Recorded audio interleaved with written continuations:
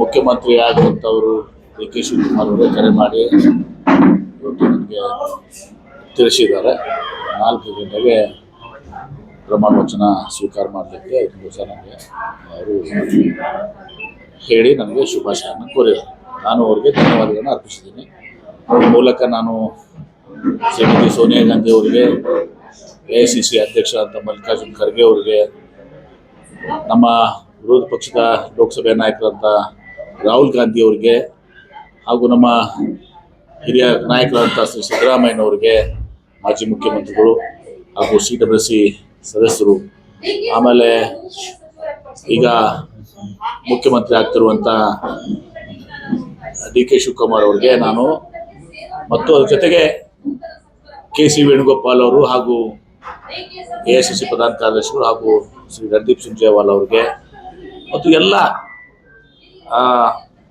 ನಮ್ಮ ಕಾಂಗ್ರೆಸ್ ಪಕ್ಷದ ಹಿರಿಯ ನಾಯಕರಿಗೆ ನಾನು ಹೃದಯಪೂರ್ವಕವಾದಂಥ ಕೃತಜ್ಞತೆಗಳನ್ನ ಅರ್ಪಣೆ ಮಾಡ್ತೇನೆ.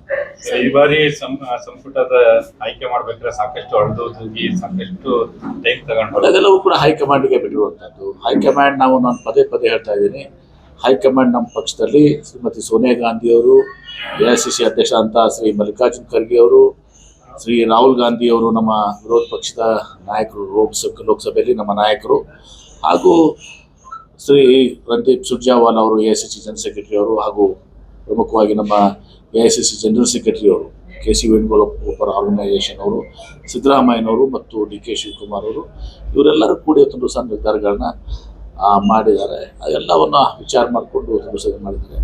ಇದು ಪ್ರಥಮ ಹಂತ.